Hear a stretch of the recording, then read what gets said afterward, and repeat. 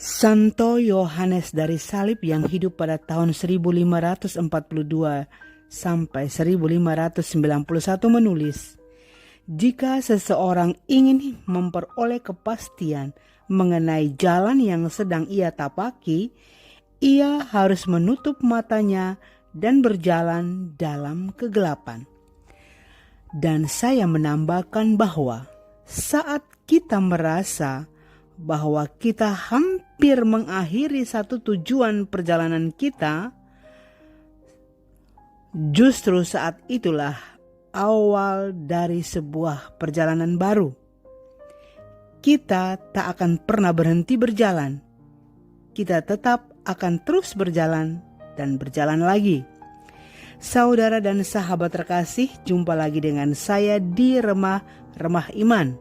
Salam sehat untuk kita semua. Kita adalah orang-orang dalam perjalanan, selalu melangkah maju dengan gigih untuk memperoleh perubahan-perubahan dalam hidup kita secara pribadi maupun perubahan pada orang-orang yang kita kasihi. Hari baru datang di hadapan kita. Waktu baru pun tersedia bagi kita. Kita menerima pelajaran setiap hari, setiap waktu. Tetapi ketika kita bersikeras dan ngotot memperdebatkan serta mempertahankan pengalaman masa lampau, pengalaman negatif, pengalaman trauma, perasaan terluka, maka kita terjebak dalam perangkap yang kita sendiri pasang. Memang tubuh kita ada dalam perjalanan sejauh ini, tetapi hati kita tertinggal pada banyaknya perkara luka di masa lampau. Kita benar-benar lumpuh. Ketika kita ingin sesuatu perubahan, kita harus mulai menghilangkan tindakan negatif yang kita sendiri memberi makan, minum setiap saat. Roh Tuhan selalu membentangkan cara baru untuk melihat segala sesuatu secara positif. Tidak ada yang menyembuhkan kita sekaligus, ya benar.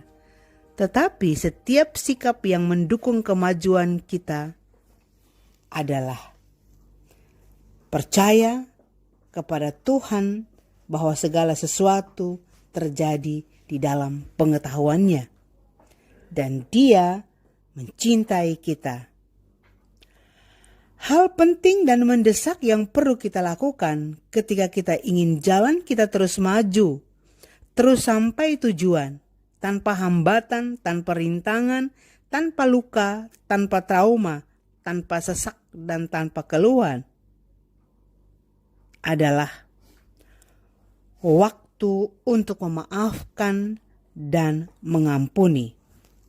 Pertama, mengampuni semua orang. Berilah waktu untuk memaafkan dan mengampuni semua orang. Berani katakan pada siapapun yang pernah membuat mata kita bercucuran air mata, yang pernah membuat hati kita terluka, yang pernah membuat bibir kita tak mampu berkata-kata, yang pernah membuat kita patah sayap dan patah hati, yang telah membunuh karakter kita. Kita harus berani berkata dengan kekuatan Roh Kudus, "Aku memaafkanmu, aku mengampunimu." Kedua, mengampuni diri sendiri. Pengampunan untuk diri sendiri atas keluhan, perasaan keras, dan karena kurangnya iman. Kita harus sampai pada merasa damai dengan hati nurani kita sendiri. Pengampunan adalah penghapusan dosa-dosa, karena dengan cara inilah apa yang telah hilang ditemukan kembali, diselamatkan dari kemungkinan untuk hilang lagi dan hilang selamanya. Dan juga pengampunan itu tanda dari suatu cinta yang tulus. Cinta yang tulus adalah memaafkan kesalahan besar yang dilakukan pada diri kita. Dengan cinta yang sedemikian besar itulah Tuhan kita mencintai dunia ini. Setelah pengampunan terjadi, maka pikiran kita menjadi jernih kembali, mata kita menjadi terang lagi, mulut lidah kita dengan lantang memuji kemuliaan Tuhan, memuji kebesaran Tuhan, memuji kehebatan Tuhan. Hati kita menjadi lega, perasaan kita dipenuhi dengan cinta yang besar. Jalan kita semakin terbuka lebar dan ayunan langkah kita menjadi ringan.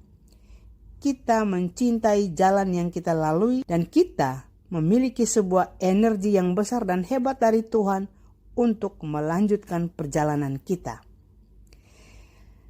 Inilah permenungan saya tentang jalan kita masih panjang.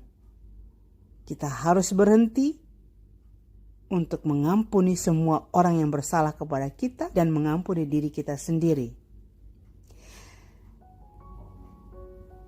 Semoga permenungan saya ini menjadi inspirasi bagi saudara dan sahabat sekalian. Terima kasih, Tuhan memberkati.